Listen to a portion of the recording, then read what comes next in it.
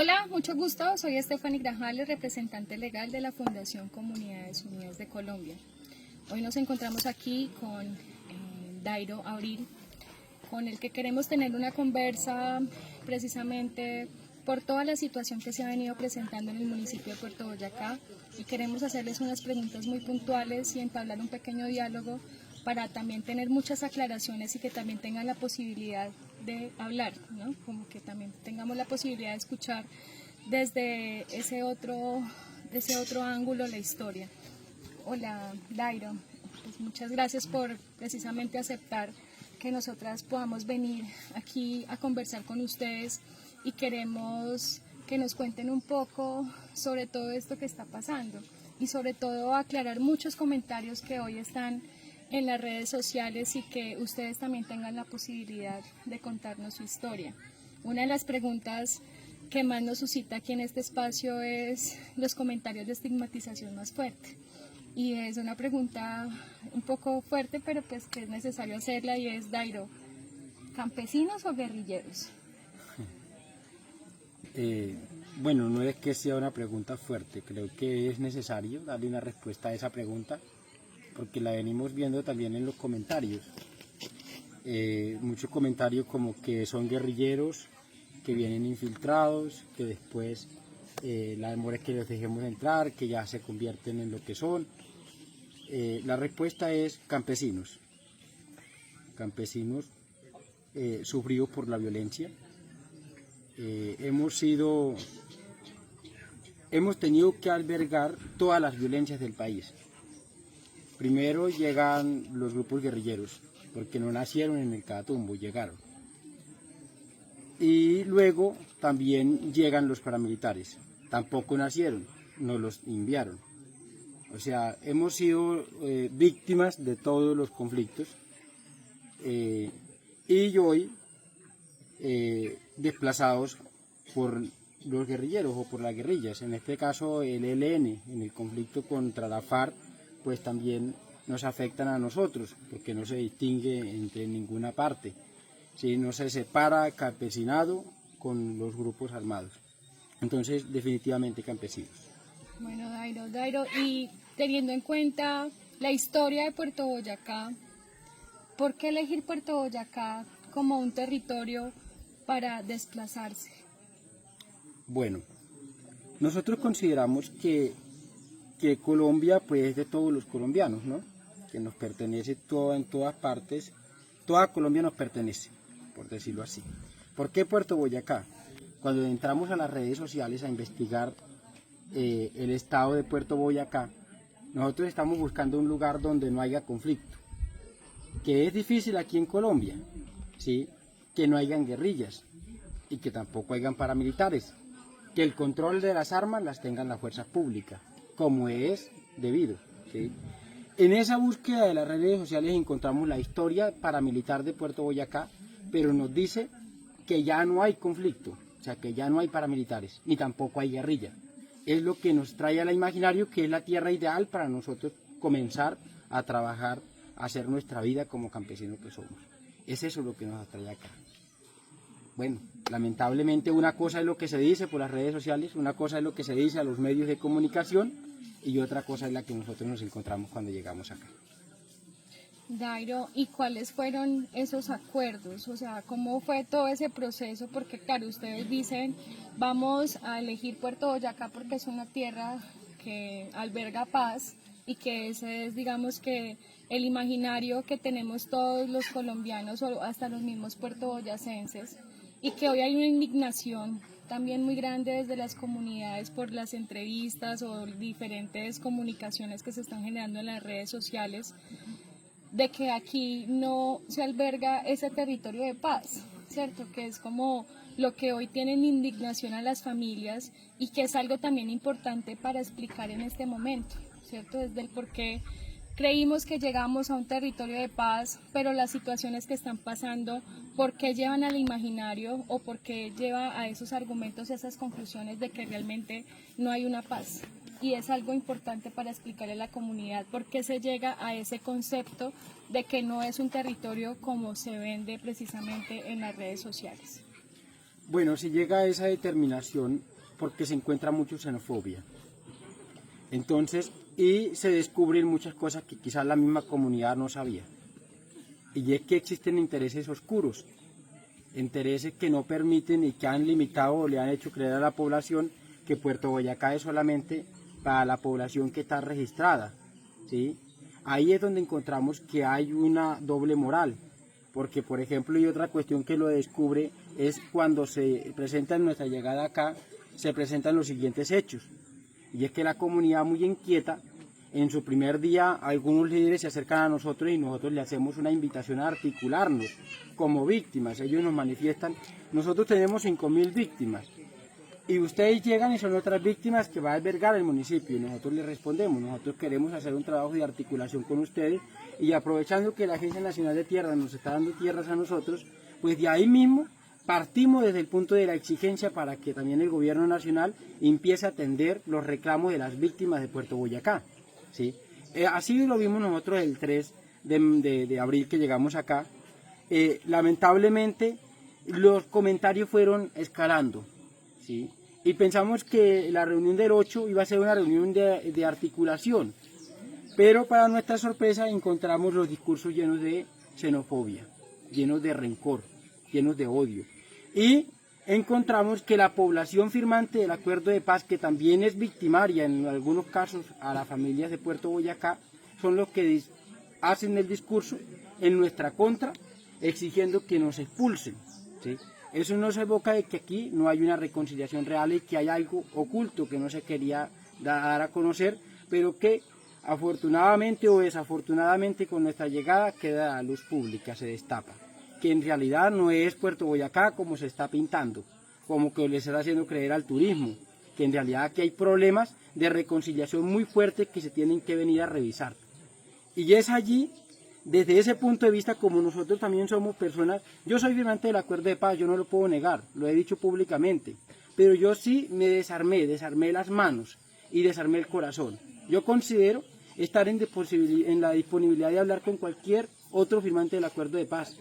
Yo no me he opuesto a no interlocutar con un paramilitar, a pesar de que ellos cuando fueron a nuestro territorio nos dejaron 11.600 muertos, 5.000 desaparecidos que fueron nuestros familiares que los tiraron al río y que seguramente alimentaron los peces, que fue uno de los comentarios que hacen algunos en las redes, ¿sí? Nosotros no hemos podido rescatar esos 5.000 desaparecidos. Nos dejaron 160.000 desplazados, que casi que es el doble de la población que tiene Puerto Boyacá. Y sin embargo nosotros llegamos aquí sin acordarnos de eso. Hace 20 años ellos firmaron un acuerdo de paz. Y es que se hace necesario, es por eso que se hace necesario, que el gobierno nacional y la MAC-OEA, que tuvo que ver con el seguimiento del desarme de los paramilitares, se vuelva a retomar y se haga una renegociación con los paramilitares para empezar a desarmarles el corazón, porque no lo han desarmado. Yo considero que la población de Puerto Boyacá no se está representada en estos líderes que vinieron acá a expulsarnos.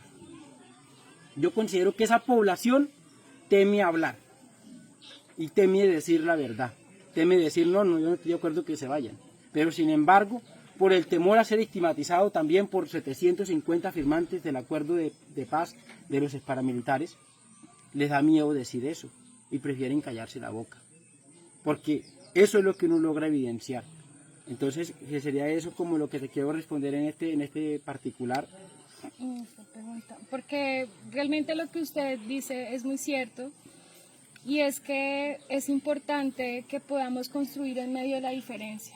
Hoy, por ejemplo, en los temas personales y particulares, el hecho de que hoy estemos aquí visitándolos, conversando, escuchándolos, también de una u otra forma es un garante de estigmatización, tanto con la compañera Mayra Pareja como conmigo como defensoras de derechos humanos, porque empiezan a hacer unos comentarios y unos relacionamientos que no hay lugar, ¿cierto? Aquí lo único que nosotros queremos es precisamente que a través del diálogo y a través de estos espacios podamos aclarar desinformaciones que hay, y también que ustedes también nos puedan contar cuáles son esas cosas que han venido sucediendo y que el territorio no lo sabe, las comunidades no lo saben, Y hay una pregunta también que se suscita mucho en las redes sociales y es ¿cuál fue ese acuerdo? ¿A cuál acuerdo llegaron el 8 de abril de este año cuando tuvieron este espacio de diálogo? Porque no conocemos algún documento formal, no conocemos alguna declaración formal y nos gustaría mucho saber cuál fue realmente ese procedimiento que se generó. Bueno, realmente yo no te puedo hablar de acuerdos. Yo lo único que te puedo hablar son de amenazas. Nosotros el 8 de marzo lo que recibimos fue amenazas. Amenazas con personas que se levantaron de la silla y pidieron la palabra en esa asamblea, no dieron participación a nosotros y dijeron que ellos habían pagado 8 años de cárcel, pero que si tenían que pagar 20 años de cárcel porque nosotros nos fuéramos de acá, por sacarnos a nosotros de acá lo volvían a pagar. Eso es lo que nosotros dijimos que es un discurso vinculante con el pasado. Hace 20 años ellos dejaron las armas, ¿sí? Pero hoy se dicen discursos parecidos a lo que se decían hace 20 años atrás, ¿sí? Entonces, nosotros de aquí no nos vamos con un acuerdo, no, ni más faltaba, nosotros de aquí nos vamos desplazados por la xenofobia, ¿sí? De un sector que se tomó la administración pública, la administración local. Porque es más, nosotros sentimos en el alcalde que él habló, y con el debido respeto de él no queremos de entrar en una contradicción con ninguna de las instituciones, nosotros ya nos vamos, ¿sí? Nos vamos nuevamente desplazados, pero sentimos que él le tocó que aflojar o no dar una posición que seguramente él lo hubiera dado como la autoridad local, porque se le botó encima a todos los concejales. Pudimos ver 4 concejales hablando muy fuerte, y ahí estamos hablando del ente institucional, ¿sí? Que hay que partir, y ahí es donde le hago un llamado a Puerto Boyacá y al gobierno nacional a la vez, a la comunidad de Puerto Boyacá, a sentar a esos representantes, porque esos representantes tienen mucho odio en el corazón, y si son los que están representando al pueblo de Puerto Boyacá, me imagino el mensaje que le transmiten todos los días. No es un mensaje de reconciliación, y uno cuando es un funcionario público elegido por el poder popular, debe representar los intereses del pueblo, pero son los intereses más humildes del pueblo, ¿sí? Y es decir, ¿cómo vamos a construir este municipio? Eso era lo que nosotros queríamos que nos dejaran de entrar. Nosotros no veníamos a traer aquí guerrilla, porque no nos están persiguiendo para matarnos, ¿para qué los vamos a traer? ¿Sí? Nosotros lo que queríamos de entrar era a reconciliarnos. Y esto demuestra que sí se hace necesaria la reconciliación, no tanto con nosotros, porque ya nosotros nos vamos, pero sí con los victimarios y las víctimas, porque las víctimas deben de tener miedo a hablarle a los victimarios. Y eso le corresponde al gobierno nacional, sentar a los que fueron victimarios, en este caso 750, y que vuelvan a firmar un proceso de paz, en donde se comprometan a reparar a las víctimas hablando de la verdad, sin temor a que la víctima diga, usted me hizo daño a mí, vamos a conciliar sin temor a que él no se lo pueda decir porque le dé miedo que después que dé la espalda lo maten. Ahí se nombra él, por eso es que hago llamado al nuevo diálogo. Se hace necesario, y no solamente en Puerto Boyacá, seguramente en todo el país, donde ha habido conflicto. Porque el proyecto de justicia y paz, como lo dijo uno de los líderes que intervino ahí en la asamblea, quedó mal hecho. Y efectivamente quedó mal hecho, porque no se permitió que se contara la verdad. Porque los gobiernos anteriores se dedicaban a extraditar a los máximos dirigentes. Y claro, cuando no se cuenta la verdad, pues queda un gran vacío. Y es imposible reconciliarnos si no contamos la verdad. Y eso fue lo que los gobiernos anteriores intentaron hacer en el proceso de justicia y paz. Ocultar la verdad. La verdad que es la que nos hace libres. ¿Sí? Porque quienes integraron a esos grupos paramilitares no son los grandes ganaderos.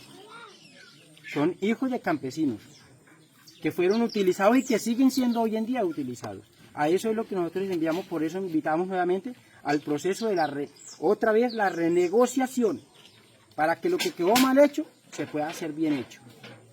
Y tú tienes algo ahí muy cierto que dices, y es algo que yo siempre como defensora de derechos humanos me he cuestionado, y es que existe la necesidad precisamente de esta renegociación para que ellos puedan tener sus derechos civiles, sus derechos políticos y también puedan iniciar un nuevo camino donde puedan tener alternativas y oportunidades de manera diferente y que realmente podamos generar esa reconciliación y esa paz donde podamos construir en medio de la diferencia, porque es que no podemos seguir precisamente con este pensamiento de que si piensa diferente tenemos que quitarlo del camino y no podemos precisamente cómo llegar a esas acciones colectivas. Y en el marco de esas acciones colectivas, Dairo, ustedes que han sido, si no estoy mal, me comentabas que esta es la 5ª vez que son desplazados.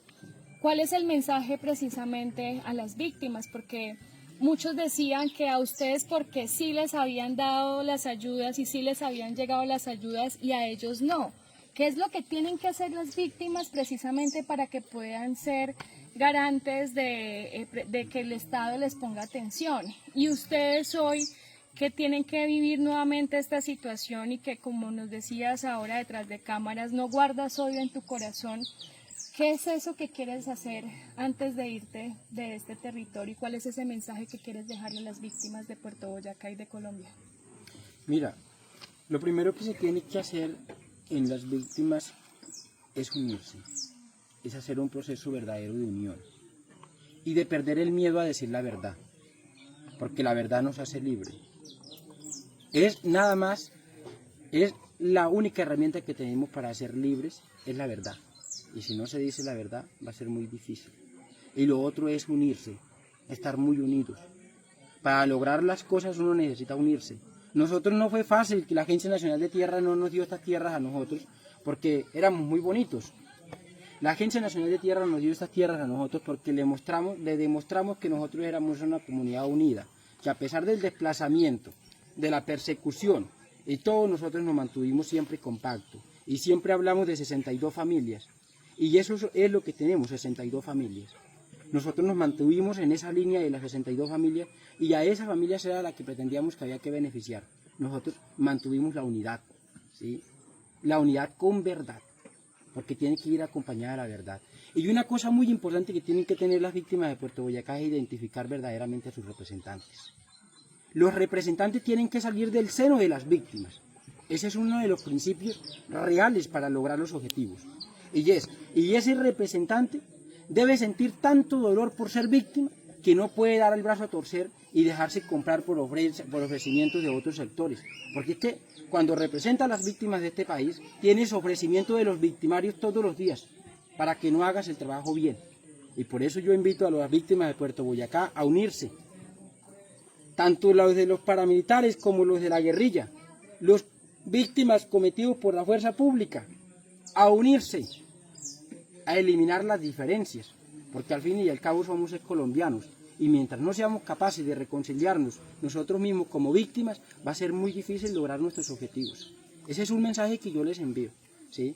También quiero enviarles un mensaje, yo me quiero ir de acá, sabiendo que estas hectáreas de tierra que no son de la SAE, que no fueron expropiadas, como algunos pretenden hacerle creer al pueblo, estas tierras fueron compradas por la Agencia Nacional de Tierras, se puedan entregar a las verdaderas víctimas, a las verdaderas personas que necesitan la tierra para trabajarla.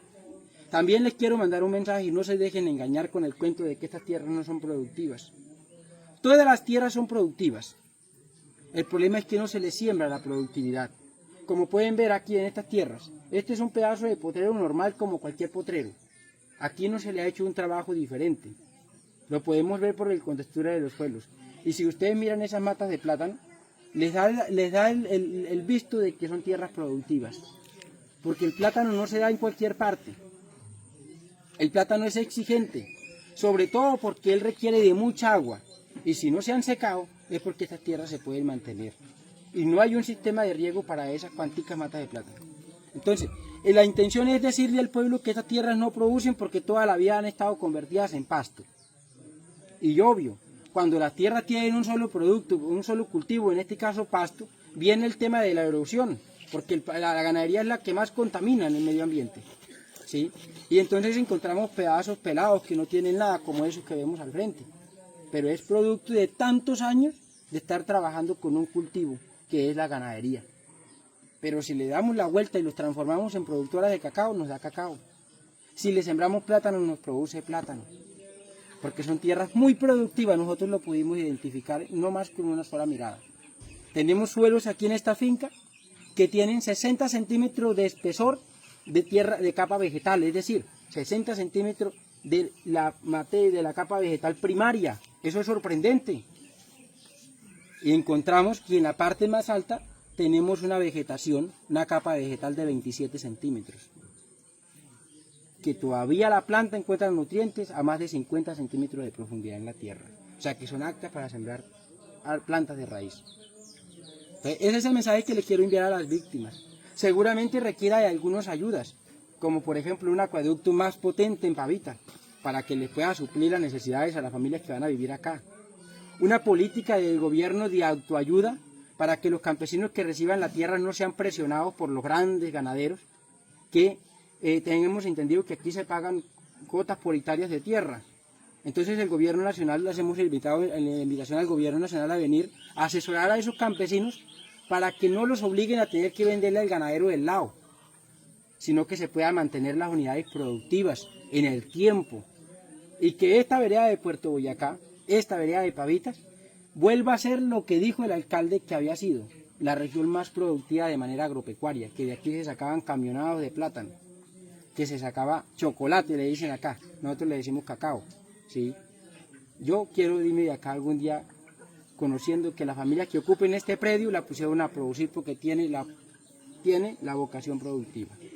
Bueno, Dairo, muchísimas gracias. Dairo precisamente hace esta invitación y la idea es que puedan a través de la Fundación Comunidades Unidas también tener esa comunicación con ellos, organizaciones de víctimas o una organización de víctimas, ya estamos en contacto, para que precisamente puedan enlazar esa comunicación y que a través de la gestión y el relacionamiento que ellos vienen teniendo con la Agencia Nacional de Tierras, este predio que ha sido esa disputa tan grande en el municipio de Puerto Boyacá pueda ser entregado a verdaderas víctimas del conflicto armado de Puerto Boyacá para que se puedan poner a producir y que no nos siga pasando lo que también mucha gente en las redes sociales ha venido comentando, y es que al parecer presuntamente en el territorio se ha presentado situaciones donde hay unas personas que se han aprovechado de estas situaciones, invaden las tierras, las lotean y las venden.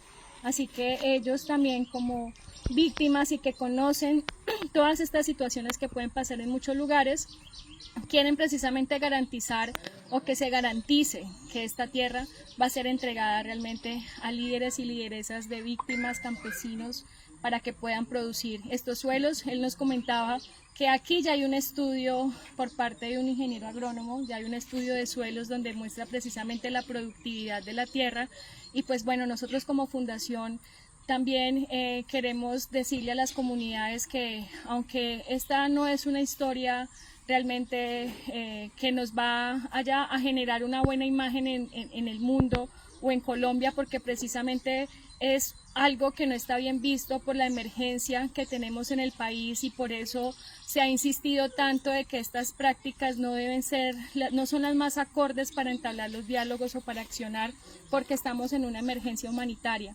y hoy se está violando, es un tema del derecho internacional humanitario, no son caprichos de que somos aliadas, no somos aliadas, de que somos de un bando, somos del otro, sino que es una realidad de humanidad que tenemos que empezar a ser mucho más sensibles y a ser mucho más estratégicos, y que aunque esto no es una historia como para ser felices, sí queremos como fundación aprovechar este mensaje que lanzan hacia las víctimas, y es la necesidad de la unidad, la necesidad de la articulación, la necesidad de tener buenos líderes precisamente para que hayan gestiones mucho más objetivas y mucho más efectivas ante el gobierno nacional, y que esta situación que hoy se está presentando en Puerto Boyacá permita que las comunidades también abran los ojos y se den cuenta de que sí es posible a través de la unidad y de la organización acceder a diferentes programas del gobierno nacional y a diferentes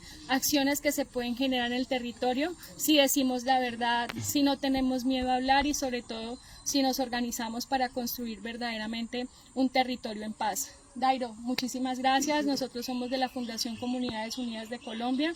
Como te decía, pues ya también hay muchos comentarios hacia la labor que hacemos, pero lo único que queremos es poder tener la oportunidad de informar, de que todas las partes tengan derecho a hablar y pues bueno, en este momento también que ustedes como personas que están acá en el territorio también tengan la oportunidad de expresar lo que están sintiendo y lo que están pasando. Muchísimas gracias por esta entrevista y bueno, aquí realmente era una necesidad que ustedes pudieran contarnos también su historia.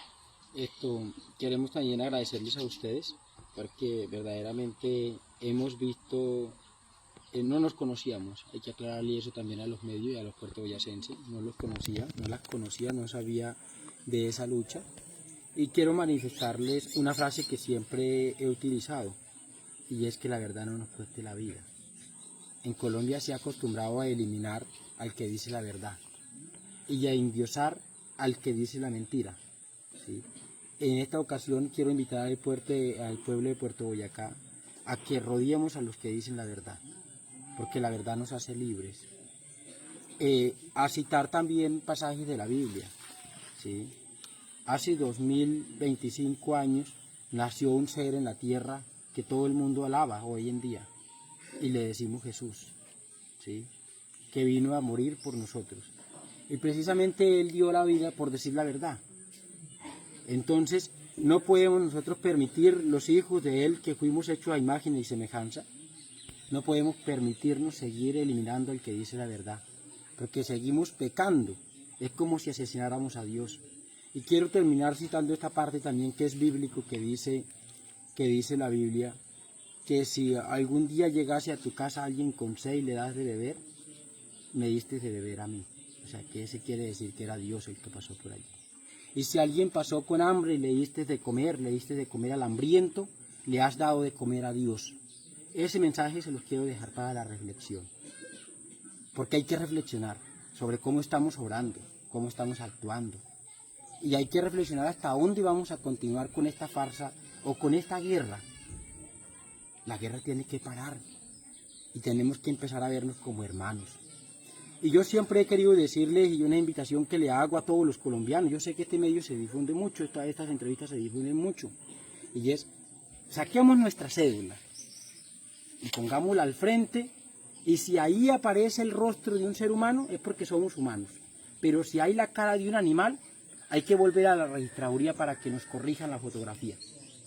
Porque esa es nuestra imagen. Nosotros podemos ser feos, pero tenemos que tener un corazón lindo. Yo me miro y en veces en la cédula y digo, oye, yo soy muy feo, pero sé que por dentro tengo un corazón hermoso, un corazón que es capaz de perdonar. Y vuelvo y les termino diciendo esta frase, yo de mi corazón he eliminado el odio. Yo es tanto así que no sé qué es sostener una discusión y un disgusto con alguien más de una hora. Ya después de la hora se me ha olvidado esa discusión y vuelvo a saludar a la persona como si no hubiera pasado nada. Porque vuelvo y recapacito y digo, no podemos ser diferentes, no podemos ser iguales. La diferencia es la que nos hace ser seres humanos, porque esa es la que pone a prueba nuestra capacidad de tolerancia. Porque si todos somos iguales, pues entonces con nadie hablamos, porque todos pensamos lo mismo. Precisamente es esa diferencia la que nos permite dialogar y llegar a acuerdos mejores todos los días. Quería darles las gracias por habernos visitado y decirles que estas tierras deben de quedar en manos de las verdaderas víctimas de Puerto Boyacá. Bueno, muchas gracias. Muchísimas gracias, Dairo. Muchas gracias a todos ustedes también por ver esta entrevista y ojalá que podamos realmente demostrar que necesitamos nuevamente esos procesos de reconciliación y de perdón en Colombia.